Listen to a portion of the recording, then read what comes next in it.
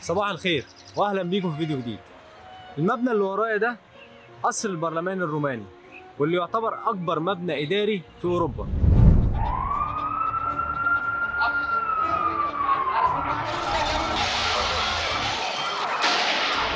المبنى مساحته 365 ألف متر مربع. بالمناسبة استاد القاهرة مساحته 200 ألف متر مربع بس. المبنى ده لما اتبنى ما كانش الغرض منه انه يكون مبنى للبرلمان الروماني ولا حاجة. المبنى ده كان الهدف منه انه يبين سطوة وسلطة النفوذ الديكتاتوري الشيوعي على البلد. المبنى ده امر ببنائه نيكولاي تشاوشسكو الرئيس الروماني سنة 1984، واللي كان بيمثل النظام الديكتاتوري الشيوعي وسلطته ونفوذه على البلد. عشان يتبنى القصر ده تم هدم 20% من مدينة بوخارست وقتها، وتم تهجير 40 ألف مواطن من منازلهم. تشاوشسكو حب يظهر لشعبه قد ايه هو مسيطر ومتحكم في كل مفاصل البلد. والخطة ما كانتش بتشمل بس مبنى البرلمان والسور اللي حواليه، لا ده خلى مهندسينه يصمموا له الشارع اللي قدامه ان تكون المباني على اليمين وعلى الشمال، بحيث انه في اي وقت يقدر يبص من بلكونه قصره ويشوف المدينه كلها مرصوصه قدامه بالشكل الموازي. حلو، القصه بدات ازاي؟ القصه بدات سنه 1965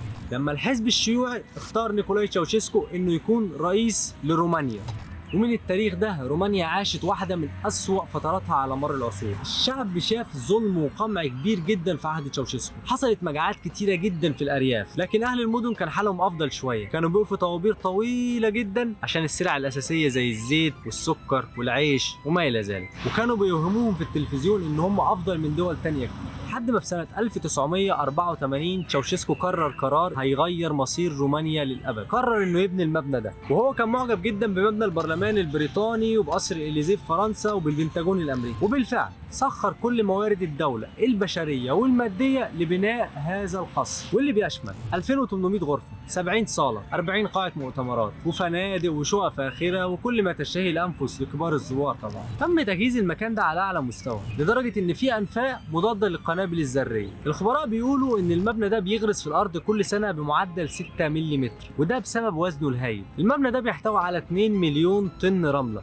و700 ألف طن حديد ومليون متر مكعب من الرخام. المبنى ده اشتغل في إنشاؤه حوالي 100 ألف عامل، عدد كبير منهم كان من جنود الجيش الروماني، طبعا بالسخرة عشان تقليل التكلفة. وكان العمال بيشتغلوا 3 ورديات بدون توقف طول أيام الأسبوع.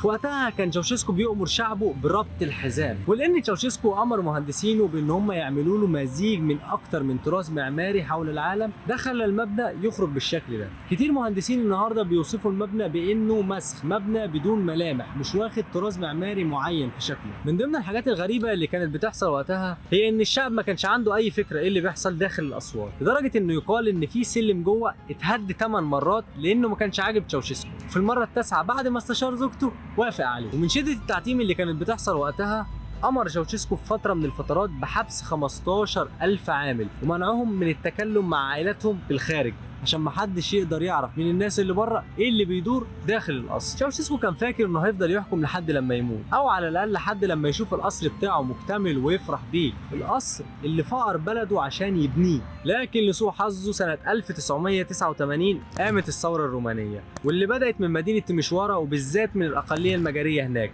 وبعد كده انتشرت في كل أنحاء البلاد. وفي خلال 11 يوم بس نجحت الثورة وتم عزل تشاوشسكو. وفي خلال 6 أيام بس اتعمل له محاكمة واتحكم عليه بالإعدام هو وزوجته إلينا تشاوشسكو.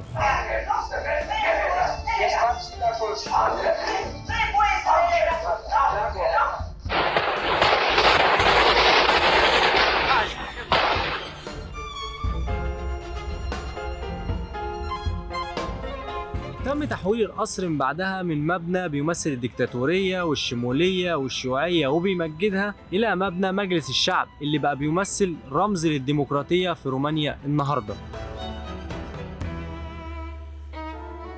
ودي قصة قصر البرلمان الروماني، واللي بتبين لنا إن العبرة دايما بالنهاية. ممكن مكان يتبنى لغرض معين لكن ينتهي بيه المطاف لغرض تاني خالص. ولو عجبك الفيديو ما تنساش تعمل لايك وتشترك في القناة لو مش مشترك، وشكرا.